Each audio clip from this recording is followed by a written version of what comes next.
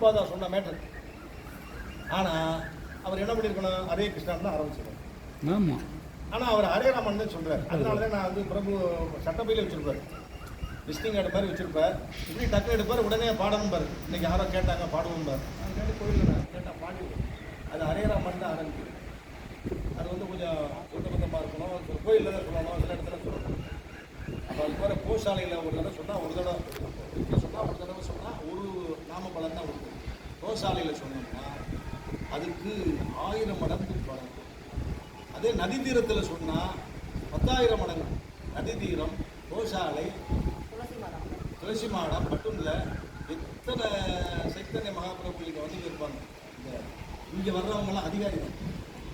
இங்கே வர இந்த இஸ்கான் சென்டருக்கு வந்துட்டு போகிறவங்க தேடியா கல்லறிகுளத்தில் இஸ்கான் இருக்கா 3 மேல் வர்றவங்க வந்து ரொம்ப கம்மி. எல்லாரும் வந்துடுறது இல்லைங்க. அது வேறு மாற்றம், இது வேறு மாற்றம்.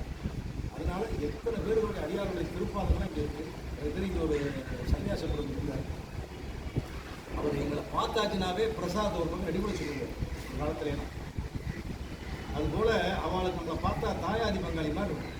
இந்த கிருஷ்ண உணர்வு வந்திருக்கிறாங்க. பார்த்த உடனே ஆட்டில் வந்தோம், நாங்கள் போய் உட்கார்ந்த உடனே நீங்கள் எந்த ஊர் வந்து வரையும் கேட்கல, மோத்தை பார்த்தார் அப்படின்னு அது அந்த பக்தர்களுக்கு எதிர்பார்க்குறாங்க. அந்த நாட்டில் அது மாதிரி உள்ள அதிகம் நம்ம சிறந்த கட்டி பண்ணியிருக்கேன்.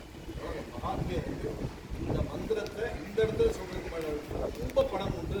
அதனால இப்போ தான் ஒரு ரவி பிரபு சொன்னார், ஒரு 150 கோடியில் கட்டுறாங்க. கோடியில் வந்து பின்னாடி அந்த மாயாப்பூர் மாதிரி கட்டிக்கிறாங்க. பிரத்யட்சமா இருக்கு. இதெல்லாம் நம்ம மறைஞ்சிருவோம். நம்மளால ஒரு நன்கொடை பண்ண முடியுதுன்னு வச்சுக்கோங்க. அது எத்தனையோ நம்ம தலைமுறையை ஆபத்து கொண்டோம். பிருந்தாவனத்தில் ஒரு இஸ்கான் கோயில் கட்டிட்டு இருக்காங்க. நான் இது வரைக்கும் ஒவ்வொரு பர்த்டேக்கும் ஒரு பிருந்தாவனத்தில் 720 அடியாக கொடுமை கட்டிட்டு இருக்காங்க. ராதா கிருஷ்ண மந்திர் கட்டிட்டு இருக்காங்க. ஒவ்வொரு பத்திராலையும் 5 சதுரடிக்க 10 சதுரடிக்க பணம் கட்டிட்டு இருக்காங்க. இந்த ஓல்டு ஏஜ் புத்தகம் நிப்பாட்டிட்டேன். எனக்கு என்னமோ அது ஒரு தடவை பார்த்தேன். அதுக்கப்புறம் இது ஒரு பிஸ்னஸாக பண்ணுறான்னு தெரிஞ்சுக்கிட்டு இது வந்து ஜென்மாந்திரத்துக்கு அழியாத ஒரு இது வந்து இதெல்லாம் இந்த இடத்துக்கு சேர்த்துறதுலாம் பண்ணுறது. நாம் வந்து காலையில் போகும்போதே தான் நான் எழுதி பார்த்தோம், டேபிளை பார்த்தாலும் கொடுத்தோம் நம்ம யார்ட்டுமே சொல்லலை. கொண்டு போய் என்ன பண்ணிட்டு உடனே எங்கள் பிரபு மாதிரி டக்குன்னு அங்கே 500 ரூபா அடிக்கிறது. அப்போ எனக்கு நான் சந்தோஷப்படும் போது பிரபுவுக்கு எனக்கு இந்த தொடர்பு வந்துருவோம்.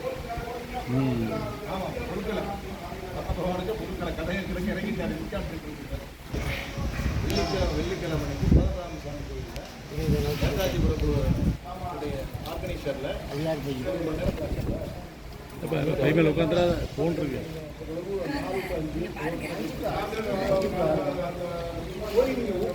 ஒன்றும் சொல்லலாம்.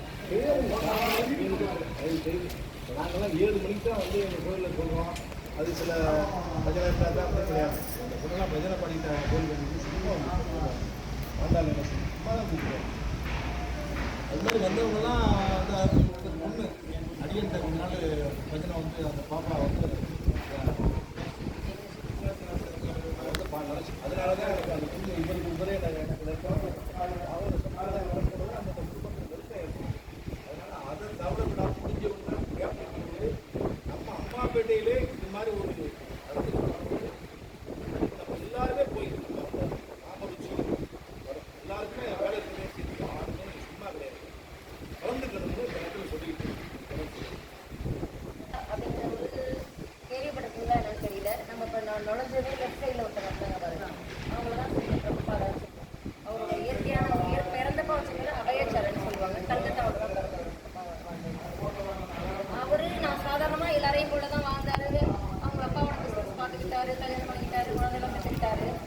ஆனால் 22 வயசுலேயே ஒரு நிறைய ஆன்மீக அர்த்தவாசி. சின்ன வயசுலேருந்தே அவருக்கு பக்தி மார்க்கம்னா என்னன்னு தெரியும். ஆனால் ஒரு டீப்பான பக்தியை எடுத்துக்கிறதுங்கிறதுக்கும் சாதாரணமாக பக்திங்கிறதுக்கும் வித்தியாசம் இருக்கு இல்லையா? நானும் சாமி கும்பிடுவேங்கிறதுக்கும் சாமி மட்டும்தான் கும்பிடுவாங்கிறதுக்கும் வித்தியாசம் இருக்குது. அந்த மாதிரி அவருக்கு ஒரு டீப்பான பக்தி கிடைக்கணுங்கிறது 22 வயசுல அவருடைய குருவை பார்க்குறாரு. அவர் ஜஸ்ட் யதார்த்தமாக போய் பார்க்குறாரு. ஆனால் அவரை பார்த்ததுக்கப்புறம் தெரியுது இவர் வந்து ஒரு தூய பக்தர், மற்ற நம்ம வீட்டுக்கு வந்துட்டு போகிற எல்லாரும் மாதிரி சாதாரணமானவர் இல்லைன்னு. ஆனாலும் அதுக்கப்புறமா அவங்க கான்டாக்டில் இருந்தாலும் அவர் இன்னும் ஒரு முழு பக்தராகிறது 33 வயசுல தான் ஆகுறாரு.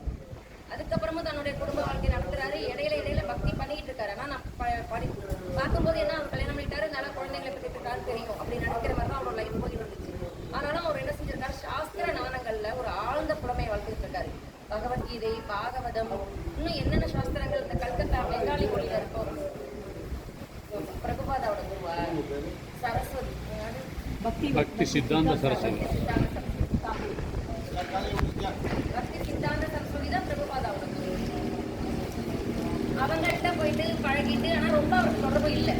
அவங்களுக்கு எப்படி சொல்றது, பக்தர்கள் எல்லாம் ஒரு கன நேர தொடர்புனாலே டிஓடி ஆகிறவங்க இருக்காங்க. சில பேர் புலி போட்டு விளக்குனாதான் டிஓடி ஆகிறவங்க இருக்காங்க. அது சில பேரோட அந்த அவங்களுடைய கர்மம். அதுக்கு மேல எல்லாரும் ரிட்டையர் ஆகி ஓய்வு எடுக்கிறாங்க. என்ன செய்யறாரு, இந்த பக்தியை எங்க மேலும் பரப்பணும். ஒரு குருநாதர் அவருக்கு கொடுத்த ஆணை என்னன்னா, கிடைக்கிற பிள்ளை நீ இந்த புத்தகங்களை வெளியிடு. இப்ப நான் கோயிலை கட்டி வச்சிருக்கேன், ஆனா நான் இறந்ததுக்கு அப்புறம் எல்லாரும் அந்த தலைமை பொறுப்புக்கு யாரு வருவாங்க போட்டி போடுறாங்க தவிர யாரும் அந்த இயக்கத்தை கொண்டு போகணும், பக்தியை பரப்பணும்னு நினைக்கவே இல்லை அப்படின்னு சொல்லிட்டு அதனால என்ன செஞ்சாங்க, புத்தகத்தை வெளியிடணும்னா ரொம்ப ஆர்வமா இருக்காரு. அந்த கௌடிய வைணவர் எல்லா ஊர்லயும் 64 கௌடிய மடங்கள் இருக்குமாங்க இந்தியா ஃபுல்லா. சென்னையில முதற்கொண்டு எங்க தம்பி அந்த கௌடிய சம்பிரதாயம் ரொம்ப மத்துவ கௌடிய சம்பிரதாயம் சொல்லுவாங்க. எந்த ஒரு குருவை நம்ம ஏற்றுக்கிட்டாலும் அவங்க எந்த பரம்பரையில வந்தாங்க அப்படிங்கிறத பார்க்கணும். சும்மா போறவங்க வரவங்களே அந்த 18 வருஷம் மடக்கி பெற்றிருக்காங்க அவங்க பூசாரி அப்படிலாம் சொல்றோம்னா இதெல்லாம் பக்தி தான். அதெல்லாம் நான் எப்படி சொல்றது, ஜட உலக தேவைகளுக்கான செய்யக்கூடிய பக்தி. அது நமக்கு உண்மையிலே என்ன தேவைன்னு நமக்கு தெரியல. போன வாரம் தான் சொன்னாங்க, நம்ம ஏதாவது வேண்டுதல் வைக்கிறோம், எனக்கு இது நடக்கணும் வேண்டிக்கிட்டு நம்ம என்ன செய்யறோம், நம்மளோட கர்ம பலனை அதிகப்படுத்தி இருக்கணும். நம்ம பகவான்கிட்ட எதையுமே கேட்காம இருக்கணும். பிறவி சுழல்லேருந்து விடுபடணும்னு கேட்கறது நம்ம ஒரு பக்தியா நினைச்சிருக்கோம். அந்த பிறவி சுழல்லேருந்து விடுவிக்கிறதுக்கு அவருக்கு தெரியும். நம்ம அதை கூட கேட்காம இருக்கணுங்கிறது தான் தூய பக்தர்கள் சொல்றாங்க. பக்தர்கள் எல்லாம் எப்படி இது பண்றாங்கனாக்கா, நம்ம எப்படியாவது முக்தி அடைஞ்சிடணும்